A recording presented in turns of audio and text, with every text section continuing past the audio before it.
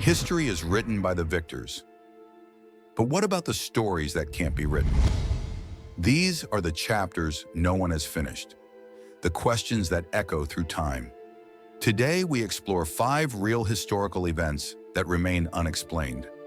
Stories so strange, so eerie, that even centuries later, we're still asking, what really happened? The Dancing Plague of 1518. In the summer of 1518, a woman named Frau Trophäa walked into the streets of Strasbourg and started dancing. Alone at first, she moved with wild, uncontrollable energy. Her feet pounded the cobblestones for hours, but by the next day, she wasn't alone. Dozens of people joined her, then hundreds. They danced for days, non-stop, no music, no joy. Some collapsed from exhaustion. Some reportedly died of heart attacks and strokes. It wasn't a celebration, it was a curse. City authorities, baffled, thought the only cure was more dancing. So they built a stage and even hired musicians to help people dance it out. The result? Even more chaos. Modern theories blame ergot fungus, a mold that grows on rye and causes hallucinations. Others believe it was mass psychogenic illness, where stress and fear manifest physically. But why Strasbourg? Why then? And why did so many dance until death? No explanation fully fits. It remains one of the strangest events in medieval history. The Sodder children disappearance. Christmas Eve, 1945. The Sodder family home caught fire. George and Jenny Sodder escaped with 4 of their 9 children. The other 5, Maurice, Martha, Louis, Jenny Jr., and Betty, were never seen again. Firefighters arrived hours late.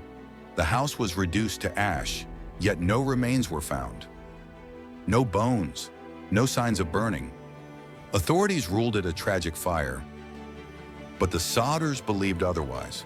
Strange things began to surface. The ladder normally kept by the house was missing. A phone repairman said their line had been cut, not burned. A witness saw a man watching the house days earlier. Years later, Jenny Sodder received a photo in the mail of a man who resembled her missing son. The family believed the children had been kidnapped and the fire used as a cover-up. But why? And who could pull it off? To this day, no graves, no confirmed sightings, and no answers. The Lost Colony of Roanoke, 1587. In 1587, 115 English settlers arrived on Roanoke Island in present-day North Carolina. Led by John White, they hoped to build a thriving colony, but White returned to England for supplies and was delayed for 3 years due to war. When he finally came back in the 1590, the colony was gone. No bodies, no signs of a struggle, just one clue, the word C-R-O-A-T-O-A-N carved into a tree. The nearby Croatoan Island was home to friendly indigenous people, but no trace of the settlers was ever found. Did they assimilate? Were they killed? Did they flee? Theories abound, from disease and starvation to secret Spanish attacks. Some even believe the settlers moved inland and merged with Native American tribes, but no genetic or archaeological evidence confirms it.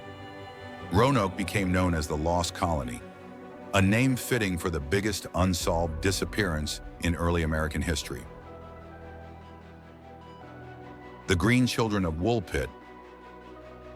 In the 12th century, farmers in Woolpit, England, discovered 2 children near a wolf trap, a boy and a girl, speaking an unknown language, wearing strange clothes and with green-tinted skin.